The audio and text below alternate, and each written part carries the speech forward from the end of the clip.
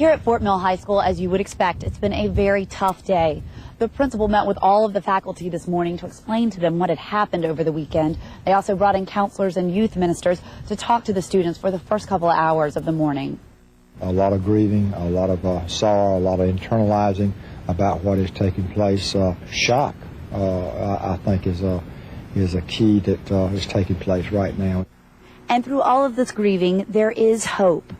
I just hope that it wakes people up and realize it happened to our friends. Don't let it happen to us. You don't know when you're going to lose them. You don't know when you're not going to be able to say goodbye. Because I know I didn't get to. I don't ever want anybody to be in the position that we're in right now for stupid stuff. Just never be able to touch your best friend again because of drinking and driving. It's not worth it. Kelli died, and it was like, I don't know, like I flipped out pretty much. Like, I just started screaming. We had spent the whole day together, the day of the accident. Just spent the whole day together. It was very nice. She had told me that the night before that she had almost called me to come and pick her up, because she had been in the car with a girl who had been drinking and was out of control. And she was afraid she was going to die in that car that night. I can still remember exactly what she looked like when she was laughing. The smile that she had was one of the biggest things I remember about her. She just had a smile that would light up the room. A lot of teenagers live for, I think a lot of teenagers do the things we did, but I think that you just really start looking at yourself and saying, do I really want to do this for the rest of my life? How many times am I going to get so lucky? I was told it was one of the boys was thrown from the car, and that the car had landed on top of them, and found out that it was my baby that the car landed on.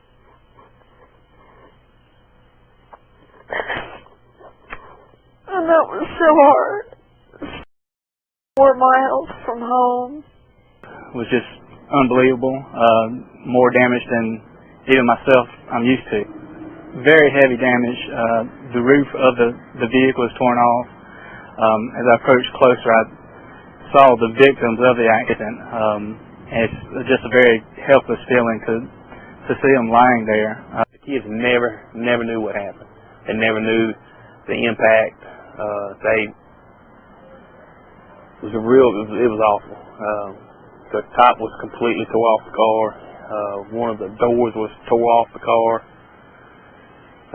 The car was upside down. 2 of the kids were under the car. One was laying halfway under and halfway out of the car. We arrived at the scene and found 3 occupants partially in and out of a vehicle, and all were deceased. The first one, we checked the vital signs, and he was obviously dead from head and neck and trunk trauma. The other 2 individuals inside the vehicle were crumpled up, and the only thing that was very identifiable was the red hair that was exposed, and the body parts were entangled so much as you couldn't tell who was who. We checked the vital signs at this particular time, and there were none on either individual, and that's the appropriate time that we have to call a coroner, unfortunately. In my line of work, I see a lot of the results of teenage drinking and driving, and the hardest part of my job dealing with this is after we clean up the accident is the fact that we have to go and knock on somebody's door and tell somebody's parents that you're not coming home.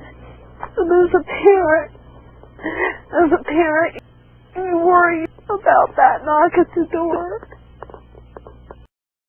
And we got that knock at the door, and I'll never forget it. I'll never forget those words. And that she was in an accident, and that she didn't make it. You could tell that the evidence of the strong smell of alcohol was inside the vehicle. It was a contained smell of alcohol and a mixture of blood also, and that's a distinguishing smell. But, there's a lot of blood. It's just the kind of thing that you see, I guess you'd see in a horror story, as far as being dark, cold, and eerie, because that's the way it was out there. An accident such as this, even though at the time I don't think it affects me at all, as I recall, I think I was getting home at 7 o'clock that morning, and I'm thinking about it, thinking if there's anything I forgot to do with my job description. Of course, after that, I'd lay down and go to sleep, and somehow I find it on my mind. And I've never seen an accident site like this in my life. So as soon as the accident happened, that's straight where everybody went the next day. There was flowers put there. I went there and brought flowers for her birthday. I brought candles there. I love candles. She loves candles. Her mom loves candles. So any candles that I found that were really pretty, I'd bring them up there and light them. Any candles that people left that would blow out, I'd light those. My husband was on his way to work, and he called me, and he said, I'm going down Gold Hill Road, and they're widening the section of the road, and they're going to take Kelly and the kids' stuff, everything. So you need to get up there right away if, you want to get your stuff. And we just jumped in the car, friends and the workers, and I packed up came back here, and we've just put it in our front yard and have just tried to make it a labor of love.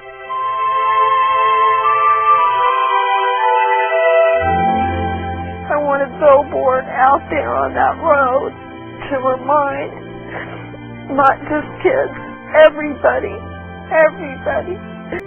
don't drink and drive. Don't drink and drive. It's too bad. She was in the back seat, and she had nothing to do with it. And she died by somebody else's hand. Just don't let my friend Kelly's death be in vain. Learn from this. It's real. We are real people that really get messed up sometimes. Go hang out with our friends, do stupid things, and this will happen. It does happen. It's so hard for people to hear it unless it happens to you, because it went right in one ear and right out the other for me. But you don't want it to happen to you. It can happen to me, and I know that it can happen to anybody. It doesn't matter if you're rich or if you're poor or if you're the best person in the world or if you're just like we were or if anything. It can happen to you. Every day when I get up, I don't know how to do it. I don't know how to do it. I don't know how to get through the day without my baby. If you don't think about yourself enough to get into a car when you're drinking and driving, if you don't care about yourself, then please think about your family and your friends, because they can't live without you. They really can't do it. It's just not worth it. When somebody dies, a cloud turns into an angel and flies up to tell God to put another flower on the pillow. The bird gives the message back to the world and sings a silent prayer that makes the rain cry. People disappear, but they never really go away. The spirit of death put the sun to bed, wake up the grass, and spin the earth in busy circles. Sometimes you can see them dancing in a cloud during the daytime when they're supposed to be sleeping. And when they sing wind songs, they whisper to us, "Don't miss me too much. The view is nice, and I'm doing just fine."